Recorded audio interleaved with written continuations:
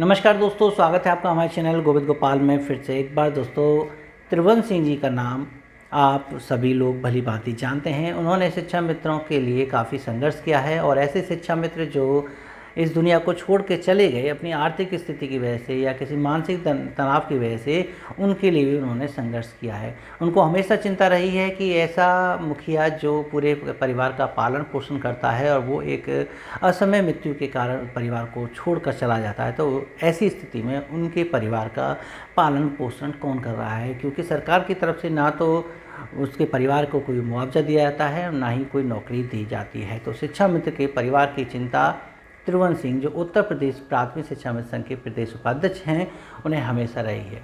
जब उन्होंने कोर्ट की लड़ाई लड़ ली, सरकार से अनुनय विनय कर लिया, लेकिन कोई भी सफलता हाथ नहीं लगी, तब जाकर अंत में उन्होंने एक ऐसा रास्ता निकाला जिसके द्वारा वो ऐसे परिवारों की सीधे सीधे मदद कर सकते हैं।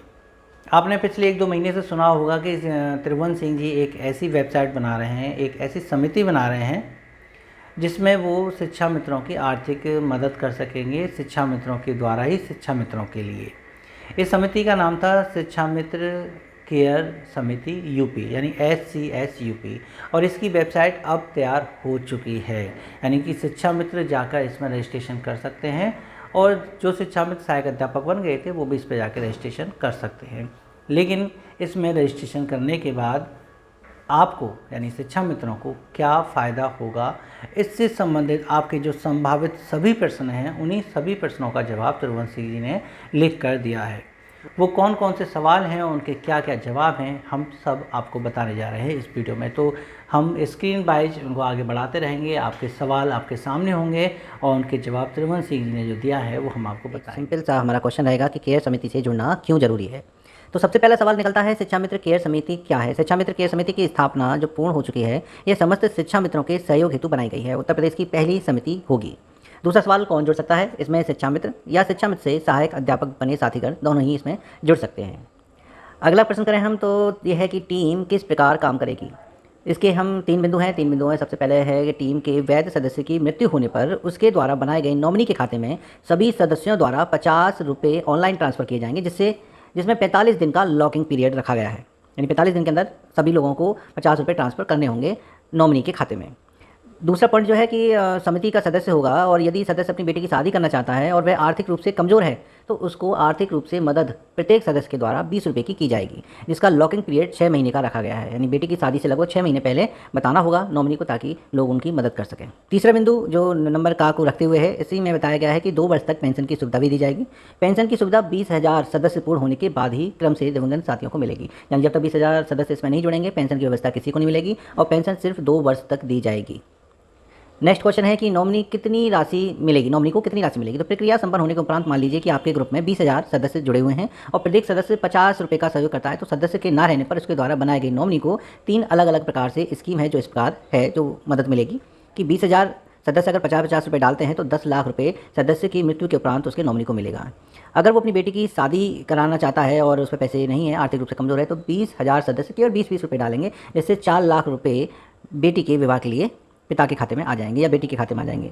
और तीसरा है कि पहले ऑप्शन जो था कि अगर सदस्य की मृत्यु हो जाती है तो 20,000 सदस्य केवल 1 रुपया नॉमिनी के खाते में डालेंगे, जो कि 20,000 रुपये देने पर प्रति माह पेंशन सदस्य द्वारा जिसको नॉमिनी बनाया गया था उसके खाते में 2 वर्ष तक दी जाएगी।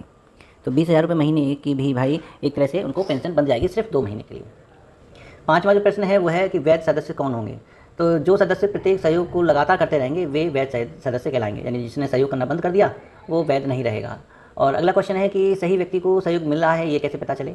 तो किसी भी सहयोग से पूर्व समिति द्वारा नियुक्त समिति के द्वारा संबंधित शिक्षा मित्र के घर जाकर भौतिक सत्यापन किया जाएगा और उसके बाद लेटर पैड अथवा टेलीग्राम ग्रुप से अपील होते समय दिवंगत का आधार कार्ड, मृत्यु प्रमाण पत्र, नियुक्ति प्रमाण पत्र, नॉमिनी का आधार कार्ड, नॉमिनी का फोटो लगी पासबुक की छायाप्रति को शिक्षा मित्र केयर समिति का सदस्य होने के साक्ष्य दिए जाएंगे। एवं पूर्व में क्या सदस्य द्वारा अन्य लोगों का सहयोग भी किया गया है या नहीं, ये भी देखा जाएगा, क्योंकि अगर सहयोग नहीं है तो उनको पैसा नहीं मिलेगा।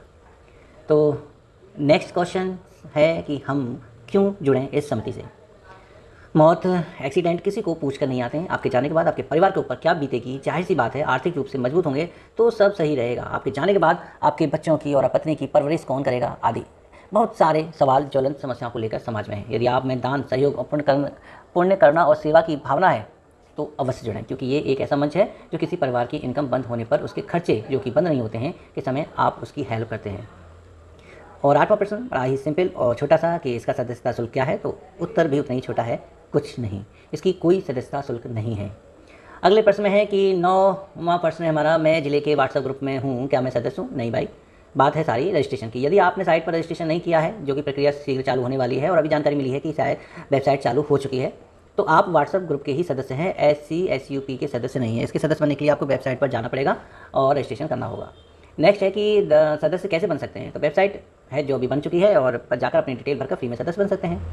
नेक्स्ट है क्वेश्चन कि रजिस्ट्रेशन करने की क्या प्रक्रिया है। प्रक्रिया प्रारंभ होते ही सूचना दे दी जाएगी। तो रजिस्ट्रेशन की प्रक्रिया शुरू हो चुकी है, हम इसको लेके अगली वीडियो बनाएंगे कि आप कैसे रजिस्ट्रेशन करें इस वेबसाइट पर। नेक्स्ट क्वेश्चन है कि मैंने रजिस्ट्रेशन कर दिया है, यदि मेरे साथ कोई अनहोनी होती है तो क्या मेरे पालने को पैसा मिलेगा? नहीं। रजिस्ट्रेशन करने का मतलब ये नहीं कि आप वैध सदस्य होंगे। सदस्य आप वैध तब होंगे जब आप सहयोग करेंगे। यदि आप सहयोग नहीं करते हैं तो सहयोग नहीं मिलेगा। ध्यान रखें, जो सहयोग करेगा उसे ही सहयोग मिलेगा। भगवान ना करे किसी को सहयोग की जरूरत पड़े, क्योंकि हम नहीं चाहेंगे किसी के साथ अनहोनी घटे। लास्ट क्वेश्चन है ये, वैसे 13 क्वेश्चन, लॉकिंग पीरियड क्या है? रजिस्ट्रेशन करने के बाद 45 दिन मृत्यु की दिशा में 6 माह बेटी के विवाह हेतु का समय लॉकिंग पीरियड रखा गया है। नेक्स्ट क्वेश्चन, व्यवस्था शुल्क क्या है? ये 50 रुपये वार्षिक है। इसमें से 25 रुपये से एकत्र होने वाले धन को साइट निर्माण, ऑफिस किराया, ऑफिस अटेंडेंट, ऐप निर्माण, SMS सुविधा आदि में बाकी 25 रुपये जो हैं वो एकत्र होने वाले धन से शिक्षा मित्र के कल्याण हेतु शिक्षा मित्र के समिति के प्रचार प्रसार में और अन्य जरूरी चीज़ों में खर्च होगा। यानी ये वार्षिक जो साल में एक बार 50 रुपये लिए जाएंगे, इनसे ये दोनों काम होंगे। उपरोक्त के संबंध में नियमावली, रजिस्ट्रेशन प्रक्रिया, संपूर्ण चीज़ें होंगी जो पहले से तय होंगी।